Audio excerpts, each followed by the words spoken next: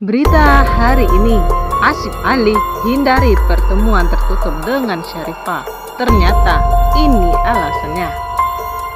Pria asal India, Asif Ali, menghindari pertemuan tertutup dengan Sharifah Khairunisa. Alasannya karena beresiko alat bukti dirusak oleh pihak perempuan. Hal itu diungkapkan Akas Elahi, pria yang menyelamatkan Asif Ali, sebagaimana dilihat srimbinews.com dari YouTube Afdal Newsman, Rabu 15 Maret 2023. Pria India itu juga menyampaikan kalau dirinya sudah sebulan meminta Sharifah bertemu di depan media dan selesaikan masalah ini secara terbuka. Hanya saja, Asif Ali tidak mau bertemu dengan Sharifah beserta keluarga secara tertutup atau privasi karena beresiko untuk dirinya. Dia kemarin chat sama Sharifah, "Kamu tahu semuanya, ayo ketemu, tapi kita berdua saja, gak ada yang lain," ucap Akas menirukan permintaan Sharifah. "Saya takut dia, Asif Ali, pergi berdua. Mereka ambil HP dan hapus semua chat bukti, terus gimana? Bisa aku juga kena nanti," tambahnya. Menurut pernyataan Akas, Asif Ali ingin bertemu dengan Sharifah untuk menyelesaikan persoalan ini dan saling memaafkan satu sama lainnya. Dia bilang, "Ayo ketemu, siapa yang salah akan kita minta maaf, saling memaafkan, selesai masalah," ungkap Akas berdasarkan penuturan Asif Ali. "Aku capek, aku nggak mau lanjut ini," tambahnya. Asif Ali down usai dijelek-jelekkan di podcast.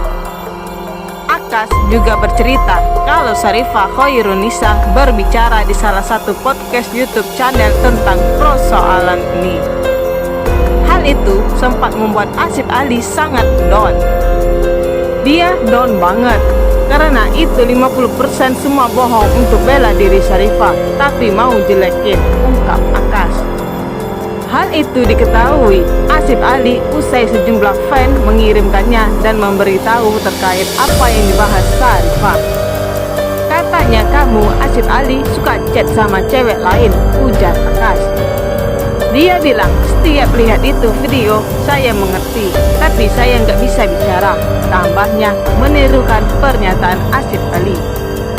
Pihaknya meminta Sharifah harus bertanggung jawab terkait apa yang dikatakannya di podcast tersebut karena semuanya bohong. Bohong dan mereka harus tanggung jawab apapun mereka katakan, tegas Akas. "Gak bisa sembarangan ucapkan dia begini dan begini, ada bukti nggak? Buktikan," tambahnya. Asif Ali berdasarkan penuturan Akas menyampaikan, sebenarnya tidak ingin lagi berbicara di media membahas persoalan ini. Namun karena pihak Sharifah mau lagi, bahkan sampai ke Bareskrim dan Komnas Perempuan, maka ia pun tak mau tinggal diam. "Saya punya bukti ada. Kalau kalian mau bertarung ya udah," ungkapnya. Makin panas, Asif Ali gaet pengacara hadapi Sharifah. Diketahui baru-baru ini Sharifah Khairunisa digandeng kuasa hukumnya datangi Bareskrim Mabes Polri dan Komnas Perempuan untuk berkonsultasi mengenai kasus Asif Ali. Mendengar hal itu, pihak Asif Ali tidak tinggal diam. Tim pengacara dari Junifer Dem Penjahitan dan Partner, Martin Lucas Simanjuntak, menyampaikan pihak Ali berharap bisa dilindungi hak hukumnya. "Dan juga kami punya kepentingan agar negara Indonesia ini citranya jangan sampai terlihat buruk di luar negeri," kata Martin, dilihat srimbinews.com dari YouTube Akas Bule Pakistan, Kamis 9 Maret 2023.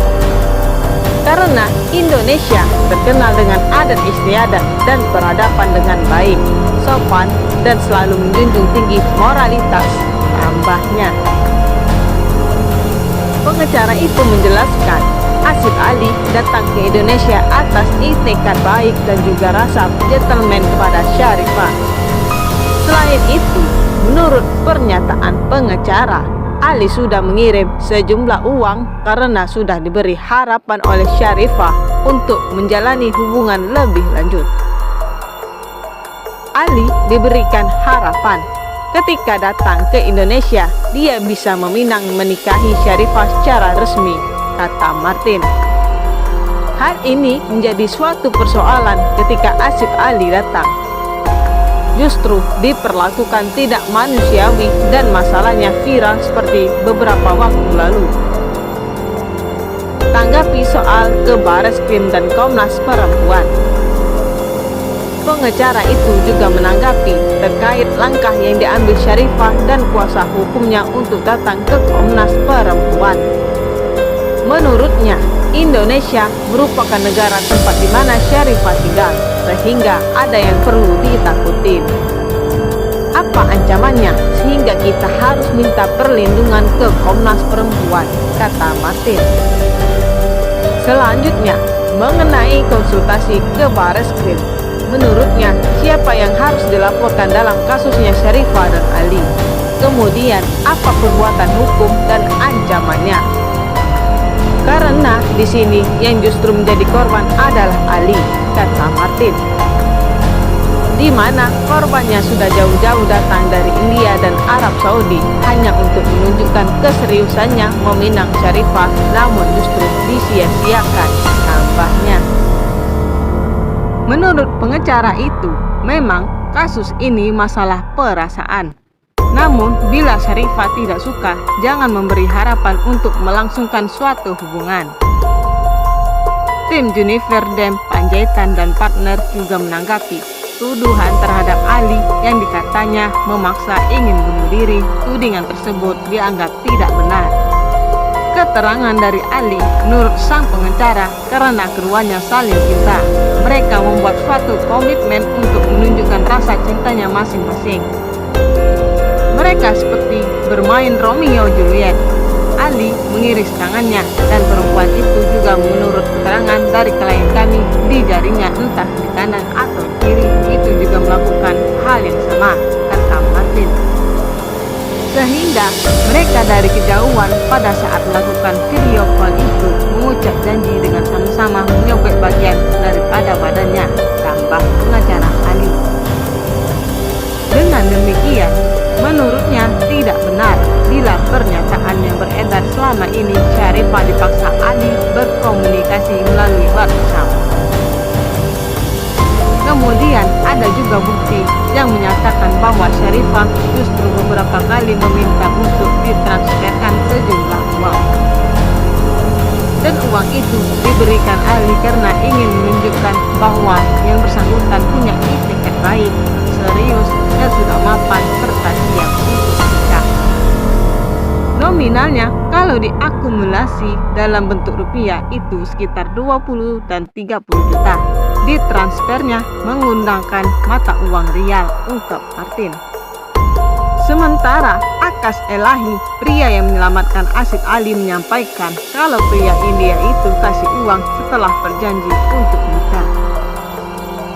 Sudah hampir setahun 6 bulan, jadi dia nggak ingat berapa uangnya itu. Tapi yang kira-kira diingat pernah kirim 5-6 ribu rial untuk setahun lebih ini, ungkap Akas. Bagaimana menurut pendapat Anda? Dukung terus channel ini, share, like, komen, dan subscribe ya.